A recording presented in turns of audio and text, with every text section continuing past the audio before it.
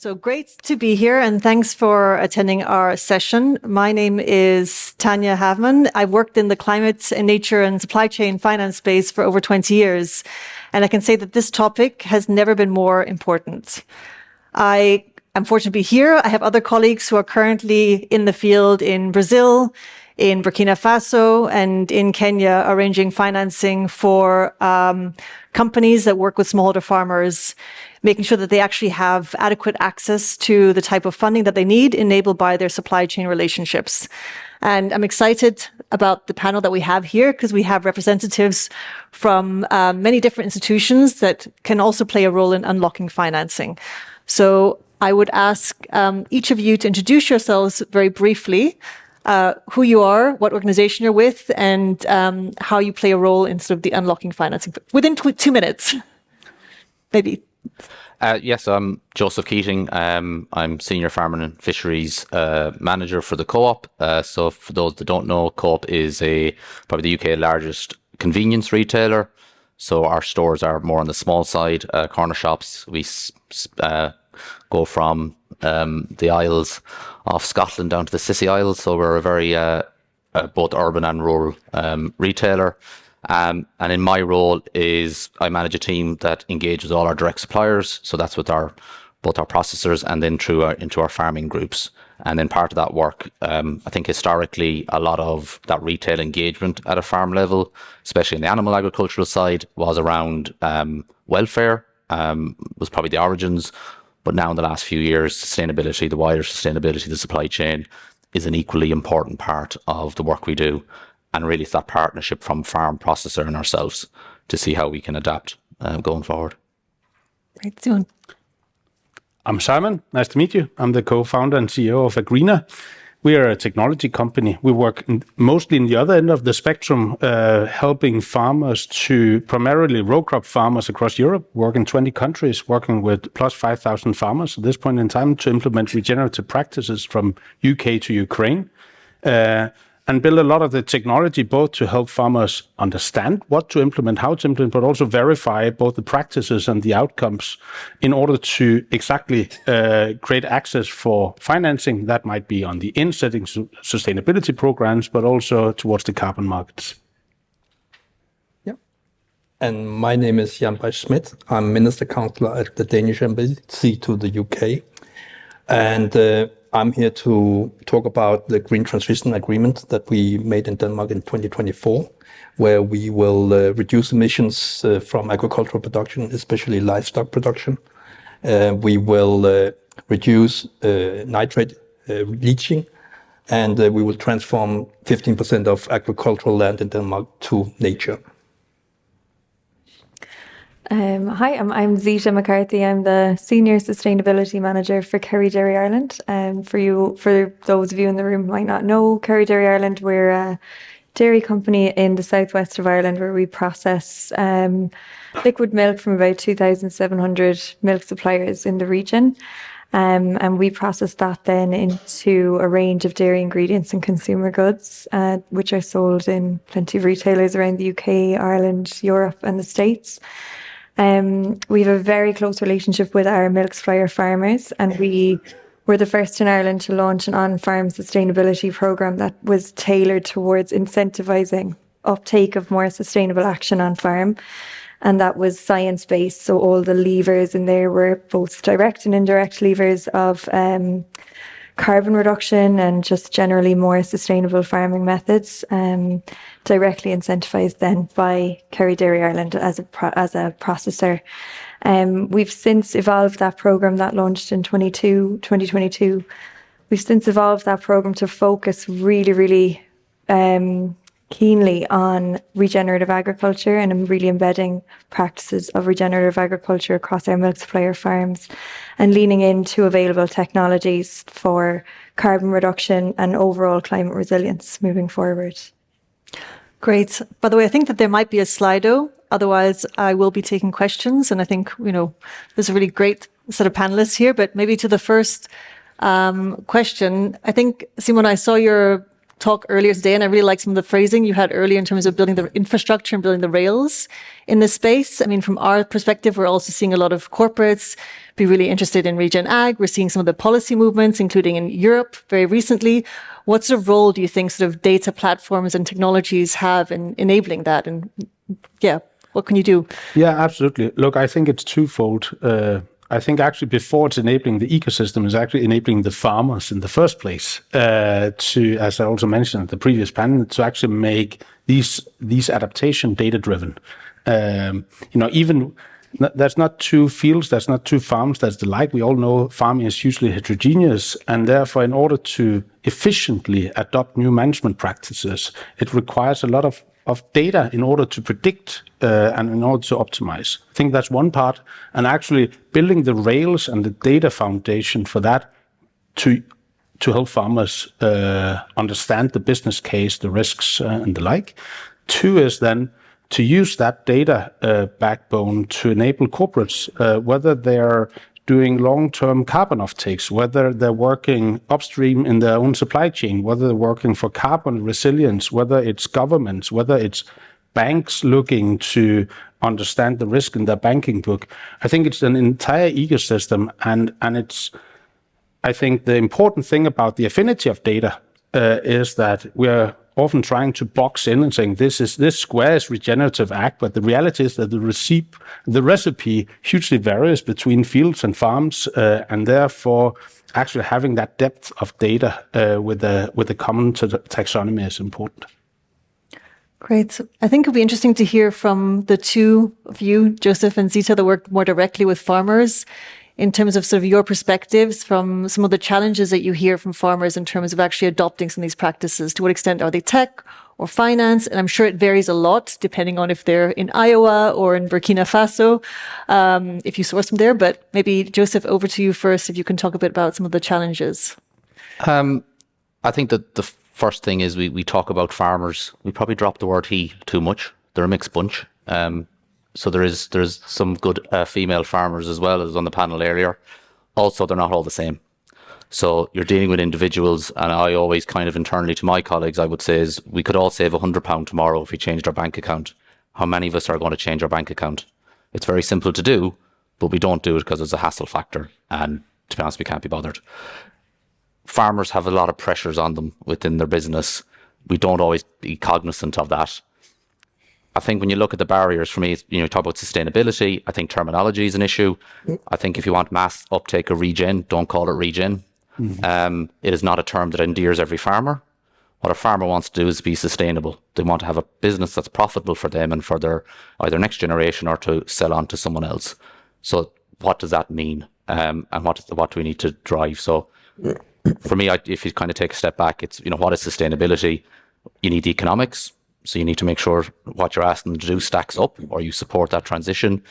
You need be cognizant of the environmental asks. There's a lot of different environmental asks. So what are you focusing on? And then you need the social, which is the people. So how do you build up trust? How do they trust you that what you're asking from them makes sense? And actually, how do you listen to them? I think we had a question earlier about how many of us are on farm, how many of us listen to the farmer, but more importantly, how many of us wanted to be that farmer? So it's great if we're all on farm, but if we're walking away going, that's not a business I want to be managing, I don't want to be making a living out of that, that's something inherently wrong. So we're very lucky in the co-op, in our ethos. We did a novel thing. We created a sustainability fund and we gave the money to farmers. We didn't give the money to other people to tell farmers what to do. That's not to undermine the role of advisory and networks, and I think we need a hell of a lot more of that. But I was very clear when we did the fund that we set what we wanted to do. We made it voluntary to our dairy farmers. We said what the reward would be, and we'd over 90+%. There's always one, I'll be honest. But over 90% of those farmers signed up.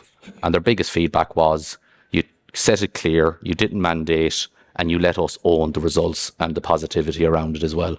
Because we frame farming in a negative light. I've never met a farmer yet that wants to destroy the environment or doesn't want to produce healthy food. So how do you empower them to talk about that? So that's worked really well for us. That doesn't mean we have it all right, and there isn't plenty more challenges we need to figure out. Great. Zita. Yeah, I mean, I really echo all of those comments. In terms of challenges, one challenge I suppose that is there is that there aren't solutions to keep up with the targets being set or the desires. So the solutions aren't commercially scaled or fully tested. If we're looking at the dairy system in particular in Ireland, which is a pasture-based dairy system where cows graze at grass for 9 months of the year, methane is over 50% of the footprint of a litre of milk, and it's our biggest challenge really, and also the challenge that has a very limited solutions. Feed inhibitors are coming online, but they're not evolved enough in technology to suit the Irish dairy system.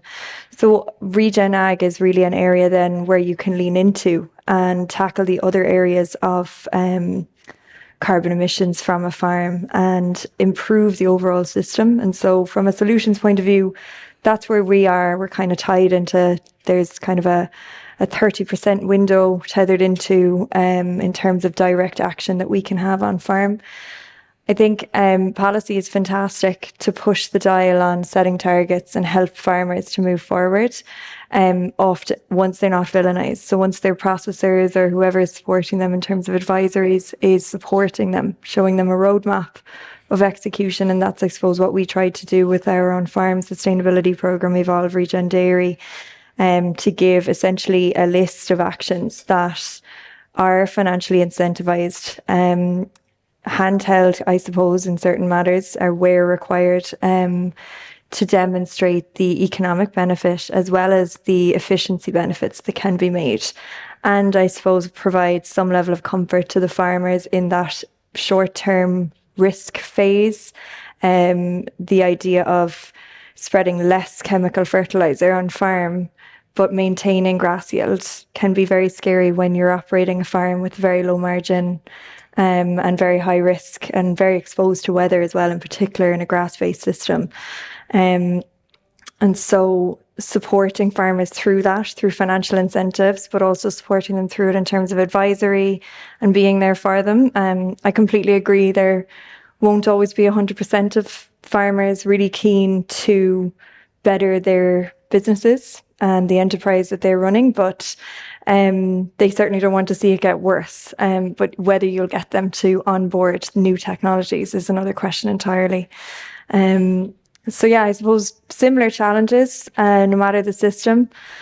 Main challenge that applies to everybody is that every farm is very different. And so it really takes a huge amount of commitment from the farmer themselves, a huge amount of commitment from the company that processes their milk or collects the milk and is supporting them through their transition towards multi-species sward, for example, or other sustainable activities that would be promoted on these programs.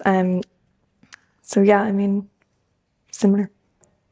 Great. And I think we're also fortunate to have a bit of the policy perspective, including probably the government that's taken the most, I would say, ambitious action on climate and nature.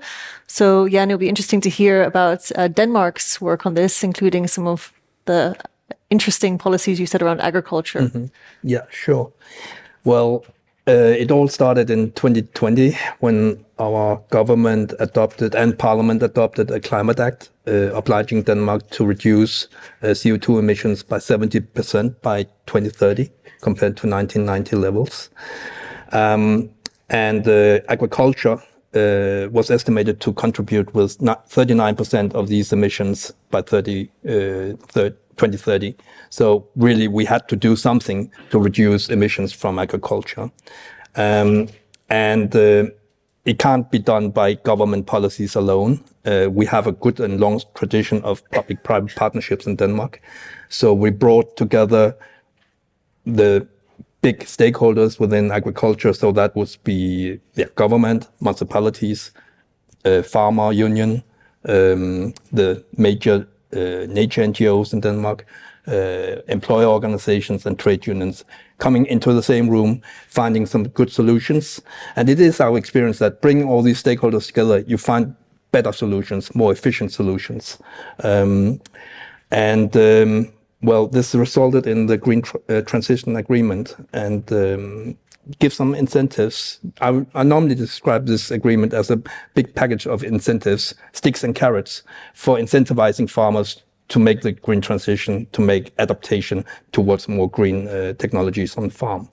The major, if I can put it that way, the major big stick is introduction of tax on livestock production, meaning that farms that haven't adopted technologies for slaughter management, for example, will be taxed by in 2030, while the more efficient farms, if you can put it that way, will not be taxed due to a 60% base deduction.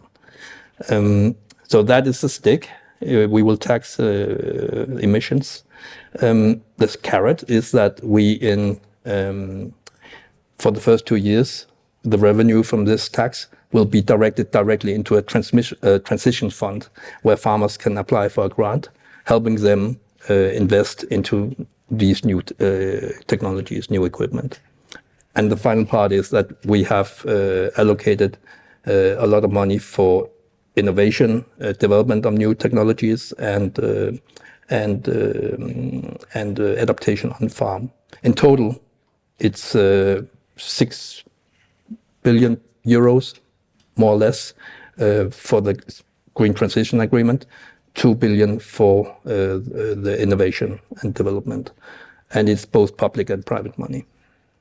Great. I think we have some questions that have come up on the Slido. I'll also ask if someone's not figured out how to use the Slido and wants to raise your hand, feel free to do so, and I'll take your question as well.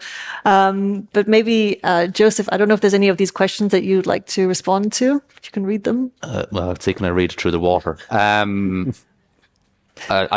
can see the top one, around 40% of livestock emissions can be reduced by implementing best practice. But how do we incentivize? So in terms of that question, completely agree. 2030 is a stretching target, but we know we probably could deliver it if everyone did the one thing or everything well that we know now. But again, we don't do that in our own lives, but we expect everybody else to do it. Secondly, I was going to use a word beginning with S and then in exi, but I'm not sure if that's right. Saying you're paying or rewarding best practice doesn't get attention. Saying you have a novel app that'll solve all your problems, but it needs an investment, that gets attention. So we have a human error, human issue that we can generate interest. And I'll be honest, I probably could go to my bosses and say, I have a great idea, this new shiny thing, X millions, and it'll help.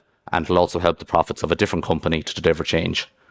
More likely to get that financed than going, I want to give it to farmers just to do the best practice, or they have to take X, Y, and Z to do best practice. So that's not unique to agriculture. That's, Google any kind of investments and forums and things that's crashed because we like the novel. We don't always like the new. But what I will say is in terms of what we've done in one of our programs with our supplier, Dumbia, we've rewarded farmers for reducing their impact. We haven't told them what to do. We haven't set out any criteria. But what we said is if you're better than the average, if you're reducing your emissions, you'll be rewarded for that. And then through the package that Dumbia is doing, they're giving them advice and support to do that. So we have a mix of programs. But I do think it's a big issue. But I think, again, I'm stressed, we're dealing with people and we forget the psychology of people and what drives them. And I think that needs to be understood a bit more than just simply, here's money, problem solved. Mm-hmm. I think it's a pity that you can't see the second question because it's actually very relevant to your points. And I think it's also around incentives because I think you mentioned a really interesting co-op sustainability fund that you created. Are you also looking at other kinds of funding structures where that's used to support different types of access to financing, or is that the main sort of instrument that you have in terms of incentives? That was our main one. We're also part of an industry program through the Soil Association Exchange, and that's the exchange market. And that's working, trying to how do we incentivize across arable. Again, as a retailer, arable is probably our least connective part of the supply chain, just the nature of arable and how those how grain is sold. So that's another program we're involved in, along with other retailers and landowners. I will add the caveat, as ambitious as am I to do everything, we are a convenience retailer, and I'm not asking for sympathy, but margins at retail level are not the highest thing in the world either. So it is about focus on key areas. Where's our biggest emissions? They are predominantly in livestock. Where's the biggest chance for land use change and improvement? That's probably through arable. So there's a balance of where we can put our resources. Maybe given the livestock is a big focus for Kerry, and also on the funding side, I mean, where do you see the biggest challenges in terms of both on the emissions as well as also on the financing side?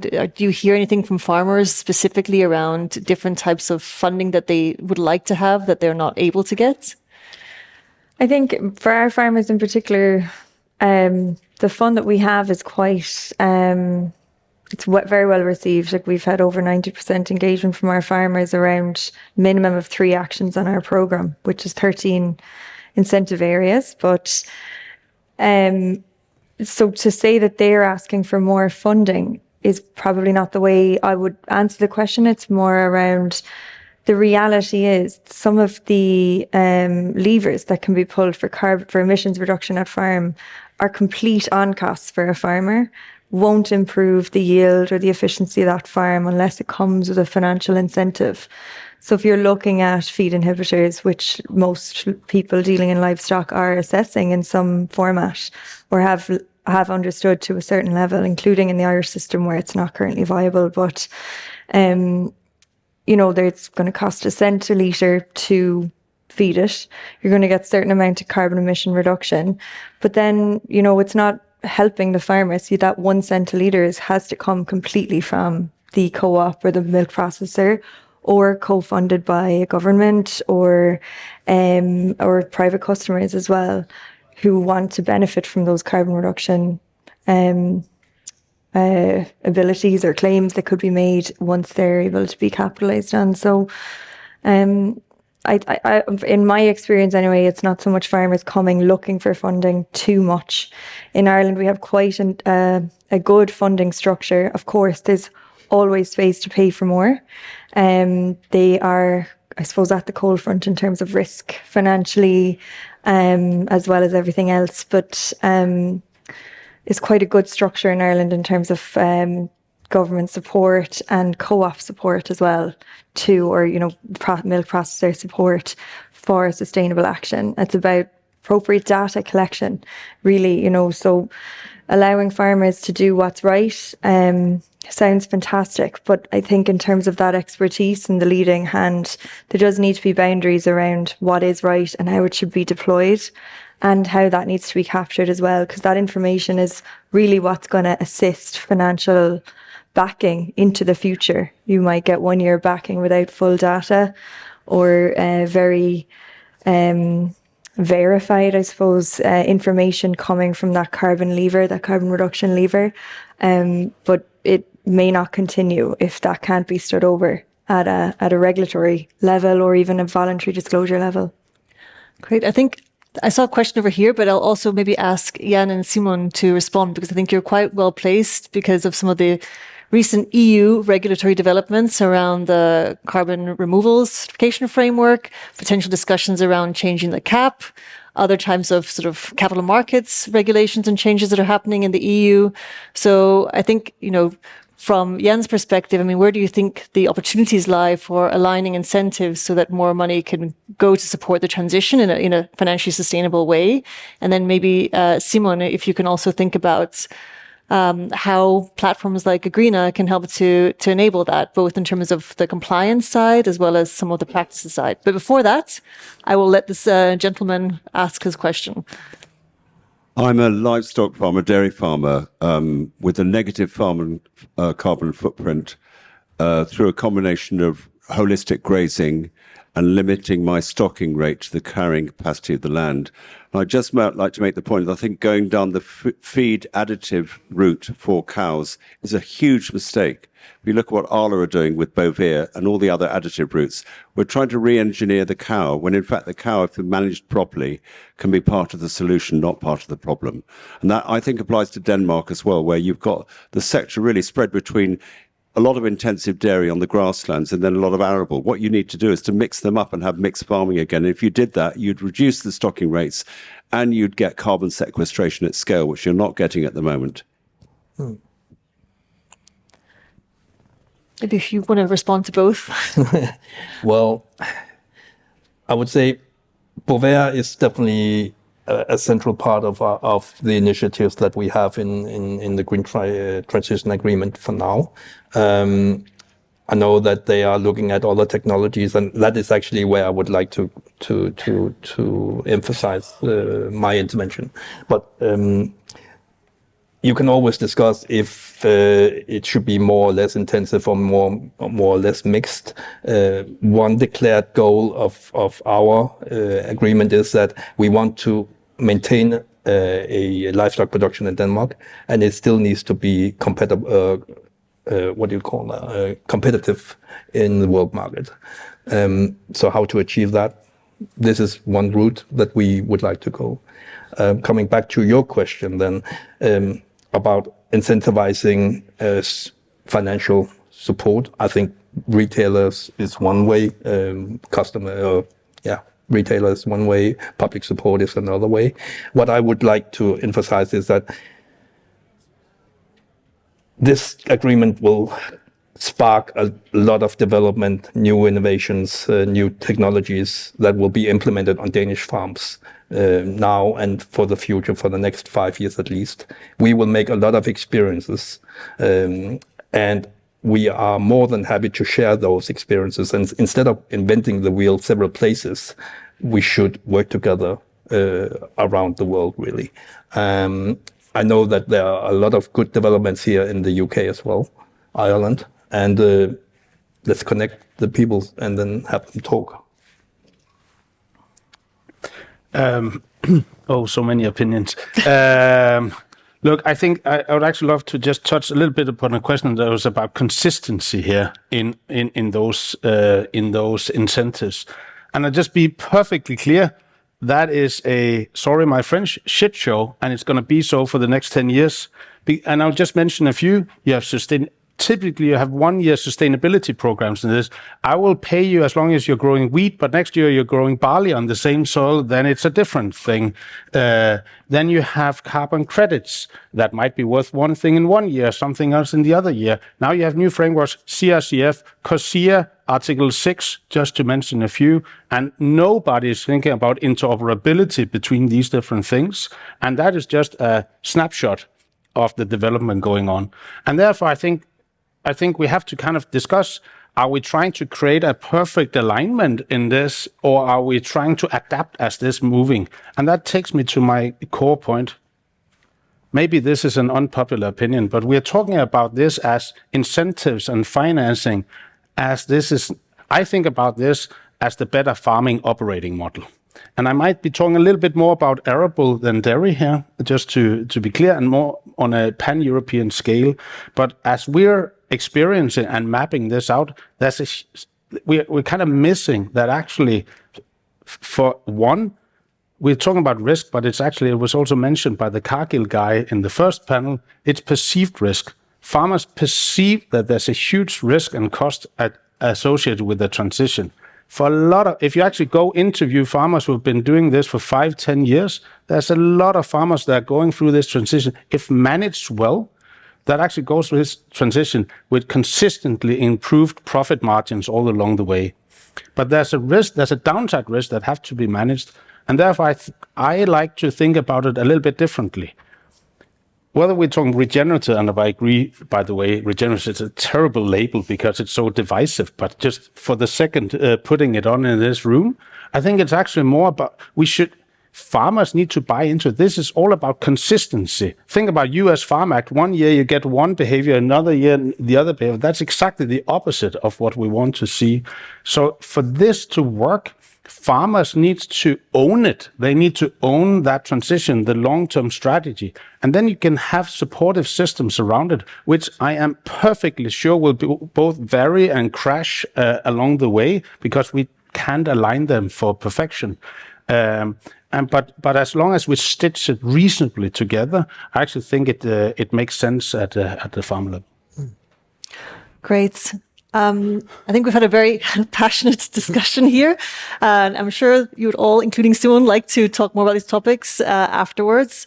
I think from our perspective, I mean, we, Clarmondial and the Food Securities Fund, which I'm a director of, we do work on financing solutions for agri-supply chains. And despite all the craziness that's happening in the world, I am somewhat positive in terms of the trend we see towards more corporates being more aware of their supply chains and wanting to take steps towards addressing it. But as Simon said, I think we do need to have governance models and long-term consistency in those relationships to enable that. And certainly data and internal funds that can reduce the cost of capital and give grants in a sustainable way, I think are really helpful, as well as government policies. So on that, I would like to thank all my panelists very much for their interventions, and I'm sure you can find them after the break.